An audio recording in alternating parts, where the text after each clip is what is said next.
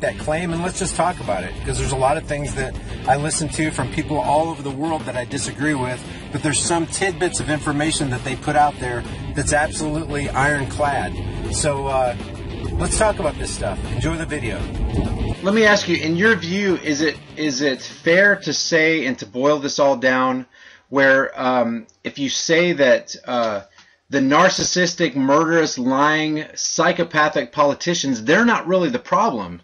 It's the mentality of this group of people that has allowed themselves to be manipulated by this very small group of people. And if we can change their minds, if we can change their perspective and their philosophy, they won't even give heed to this small group of psychopaths. Is it fair to say that? Yeah, well, if you look at Bush and Obama, given Obama's still in at the moment,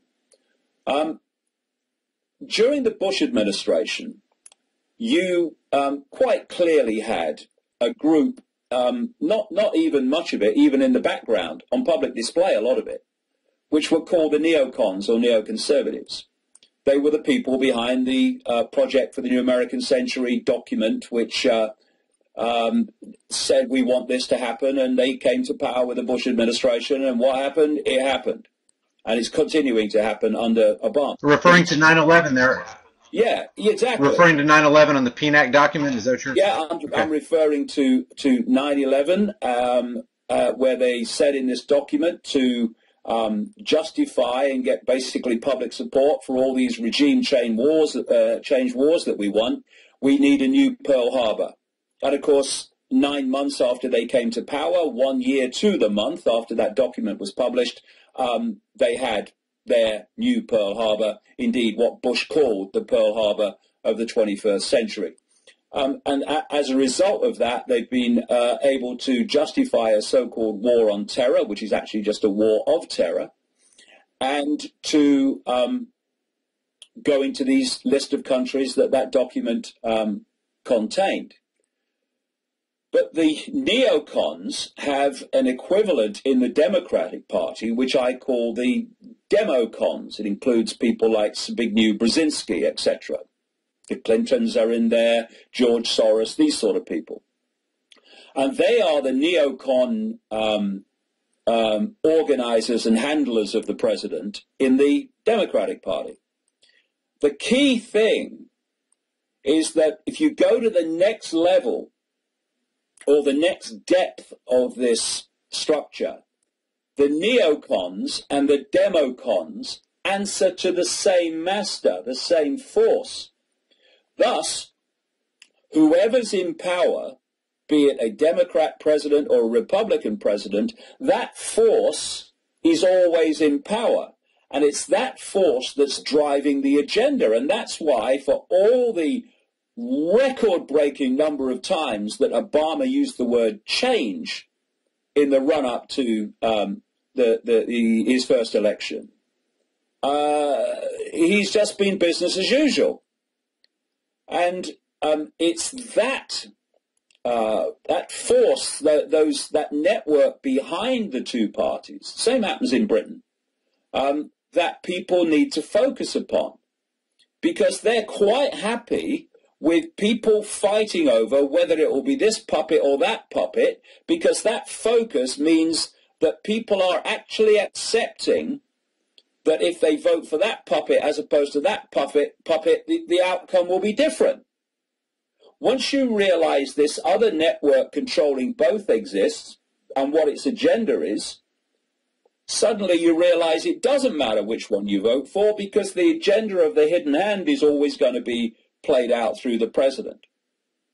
And so Trump appears to be a renegade of this system, a spanner being thrown in the works.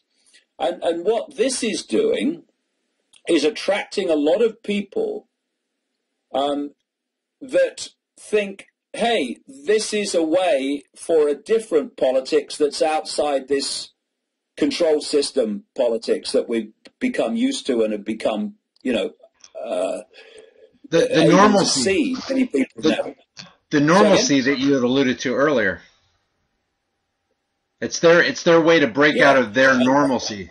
Yes, to a new version of the normal, because there's no way that Trump actually, funnily enough, is a classic politician in the sense that he'll say something for effect, and then at some point he'll say something else. And when you look at some of the statements he's made over the years about his own wealth, his own background, his own business prowess, what he owns, and etc., and people who've done the research into the background have found so much of what he's claimed, even in relation to his own life, his own business background, has turned out to be fundamentally untrue. So if someone's going to do that in those subjects, is he going to tell the truth when he's trying to attract support for political office? Of course not. He's going to say what he thinks will be most effective to attract the kind of constituency that he's looking for. Just as Barack Obama said a lot, just as actually, funnily enough, Hillary Clinton is now, to attract the black vote and the Hispanic vote. But then you look at his 8 years. Has Obama helped the lives of black people? No, not overwhelmingly, because the people who control him couldn't give a damn about black people. They couldn't give a damn that Barack Obama is black. That, to them, is just a vehicle for selling the show, if you like, and keeping people interested. They couldn't give a damn. You know, by their actions shall ye know them. If Barack Obama had spent the last 8 years changing things for the benefit of black people and the black poor and the white poor and the Hispanic poor, etc., etc., and those who have been crushed by the system, if he had been trying to support middle class, the version of middle class you have in America is slightly different to our middle class here, but the middle class of America, whether it's white, black, Hispanic, whatever, then you'd hold your hand up and say, hey, you know, you're doing what you said you'd do. But he hasn't, because this is the process. I mentioned it earlier. During the election campaign, you tell people, particularly the people that whose votes we're going to get you in, you tell them what they want to hear. They vote for you. Then you do what was going to happen all along, which is invariably not what you told people that they wanted to hear. I think it's very sad, I have to say, and sad is the word, that I'm seeing that so much of black America is supporting Hillary Clinton. Hillary Clinton could not give a damn about those people. But because she's trying to get the Democratic vote, she has to tell them what they want to hear to get their support, to get in office, to then do not as she likes, but as those behind her like.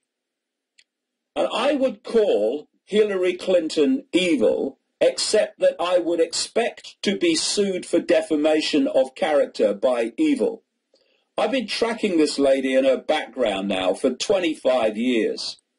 This lady should be in jail and the key thrown mid-Atlantic.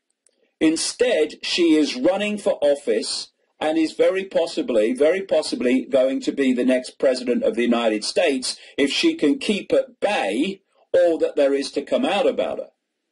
Now, let's think about that.